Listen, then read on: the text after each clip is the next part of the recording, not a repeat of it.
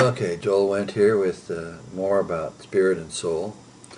Um, I think I've given enough sort of hints for the moment about a very subtle distinction that can be made with what goes on with our consciousness. And in my writing and in other places and other writers, you can find more work on these distinctions and their nature and stuff. I just want to sort of, after introducing the ideas of spirit and soul, go back to the discussion we were having about the structure of the world and the individual biography, and now add to that the idea that all over the world we have almost 7 billion people who are having soul experiences through their biography that impact their I, or their individuality, or their spirit. And out of this I, or individuality, or spirit, they manifest what we perceive and might call style, their individuality. And, certain aspects of the movie Slumdog Millionaire I didn't particularly like, because I have likes and dislikes. I think that's a very good movie to watch if you don't watch much foreign movies, to get a clear idea of how extraordinarily different biographies can be, and what it's like, for example, to grow up in a world the way it is. Now, let's keeping that sort of idea in the background, that idea of soul and spirit and the individual biography. Let's add another conception to that whole picture, because again we're trying to describe, not particularly explain. I mean, I use the word soul and spirit, but I use them phenomenologically, you might say. I use them to give a label to phenomenon that we can all experience and think about. The experience of our inwardness has these qualities of I, and also that is the experiencer, and also of experiencing, or experience as a content. And I've called these soul and spirit. Okay, now we have 7 billion people with soul and spirit. Let's take a look at the physical element of a little bit now. Okay, I'm pretend making a kind of sphere. Okay, I'm making a sphere. Imagine that there's this imaginary sphere. Okay, so here we go. Take a pen. Yeah. That's a symbol for a sphere. Now, that's a symbol in a plane for a sphere, but I want you to think of it as three-dimensionally. Okay, then we're going to put another circle around the other circle. Now we have two circles, right? We have two circles. Now, let's imagine, for example, that we're standing outside the Earth, and we take a giant cleaver and we chop it in half.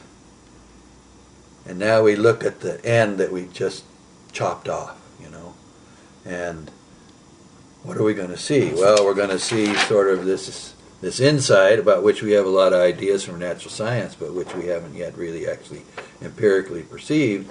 And then we're going to see this layer where life takes place, the air where the air is. Okay, now I'm going to put a couple arrows in there, right? So now we have an upper boundary and a lower boundary. Okay, well, what's at the upper boundary? Well, if you go straight up in the air at a certain point, let's imagine that you can fly like the guys on Heroes.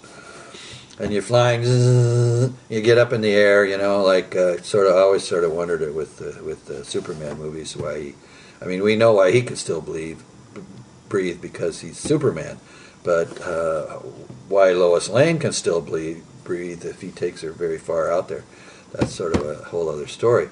But anyway, you go vertical enough to start saying about 15,000 feet above sea level, it starts to get hard to breathe, because the content of the air doesn't have enough oxygen. And you go much further and you can't breathe at all, you will suffocate. And of course there are people who test those limits and do interesting kinds of things, mountaineers and so forth, and all of that's really a lot of fun. But let's just sort of stick to the facts. Now, if you go into the interior, uh, eventually, according to our understanding, you'll count the magna matter, and you'll just, you'll burn to death. You'll get to what comes out of volcanoes when it gets to the surface of the earth, this hot rock or magma. So you can't go down there and stay alive either. Now, what we've done, in fact, is we've risen above the atmosphere, but the way we did that was we took the earth with us. We took the technology, and the space flights and stuff, and we took the earth with us, and supposedly we took the earth all the way to the moon, the environment of the earth, so that we could stay alive. But we couldn't live on that moon ourselves.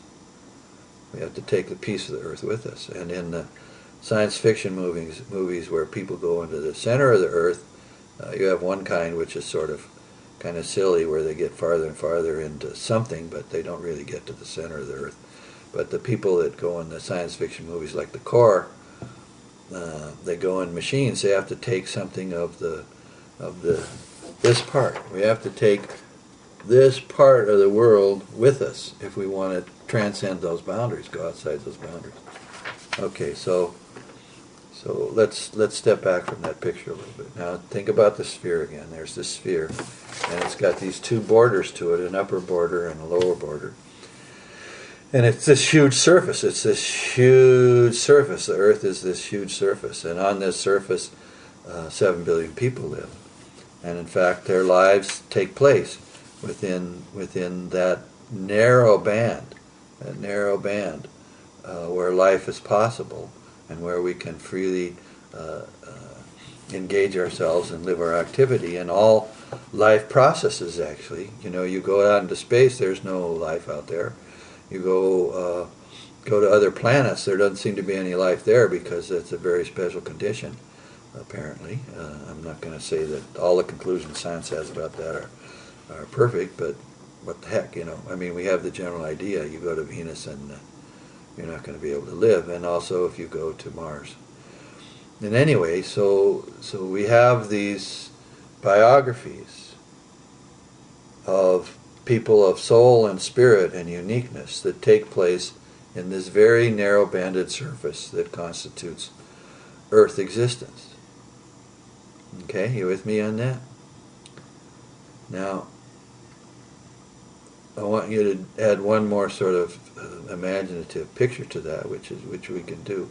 I want you to imagine that you have a time machine. You can go back in time, and you can fly in the air above the pyramids of Egypt, say maybe I don't know, half a mile up, and you can sit there in the time machine, and you can sort of move backward and forward as the pyramids are constructed, say over a period of, I don't know how long it took. Let's give them 100 years to build all the 3 major pyramids. And you look down and you watch this activity, in kind of stop motion. And let's imagine a little bit. You have all this scurrying around on the surface of the earth, and slowly this pyramid gets built up and scurrying and build up and build up and build up. Okay? You got that picture? You can do that. You can look at the scurrying of human beings running around and building these things. Okay? So it's my time's up for this part, so we're going to stop, and then we'll come back and continue.